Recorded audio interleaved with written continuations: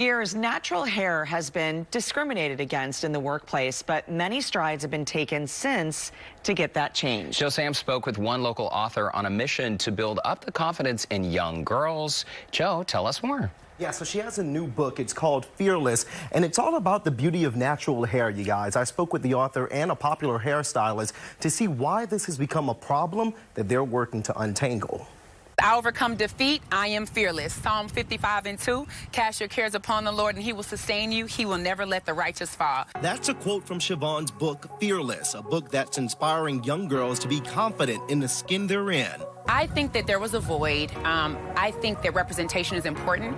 I think young girls seeing other girls that look like them in print is so vital. And I also feel like it was important to me. I felt led by God to write it because I was a fearful person. I was always very afraid to take opportunities. I was afraid to embrace new things because of fear.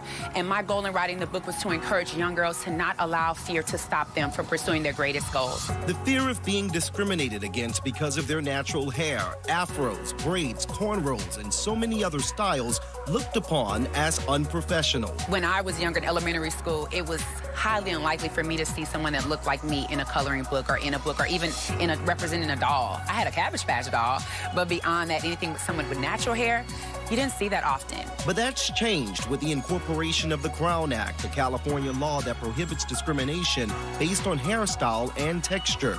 This act has passed in several other states, but Texas has yet to adopt the act here, making it hard for women to obtain certain opportunities. I worked in certain places where they could tell you, no, that's not professional, you can't wear braids because that's too urban.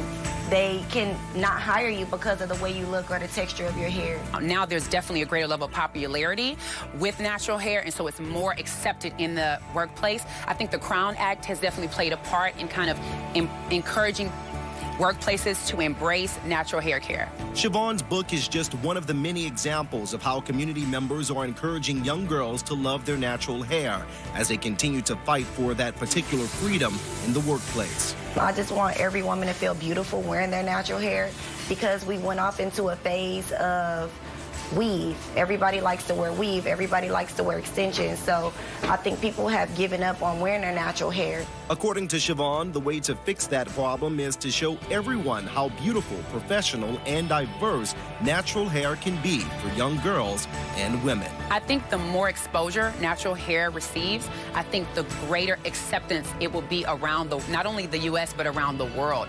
People will be more willing to embrace. You know, our hair is just an expression of who we are. It doesn't make us any less or any greater than anything else. It just expresses our personality and who we are. Yeah, some great messages there. And of course, I'll have a link on our website, HoustonLife.tv, with a list of locations where you can pick up a copy of the book, Fearless. Courtney and Derek, I have that book here with me right now. I did read through it myself, although I don't have any hair on my head. It was easy to appreciate the book because it does encourage a lot of women out there and a lot of young girls. Just be happy with the skin that you're in and really don't try and be anyone else. And I think that's the mission that they're on right now. It's really cool. And, you know, also in schools, I am always stunned when I see these stories about school administrators or other parents complaining that someone needs to, like, cut their natural hair or do something with the hair they were born with, exactly. Right? I mean, natural hair is beautiful, and I think her mission is just...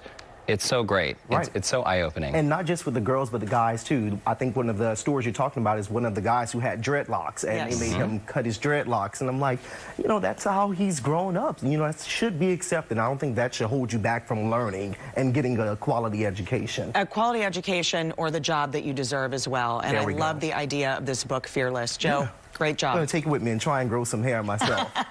Rub it on there. Right. You got some hair on your face there, Joe. Right. All right. Okay, coming up on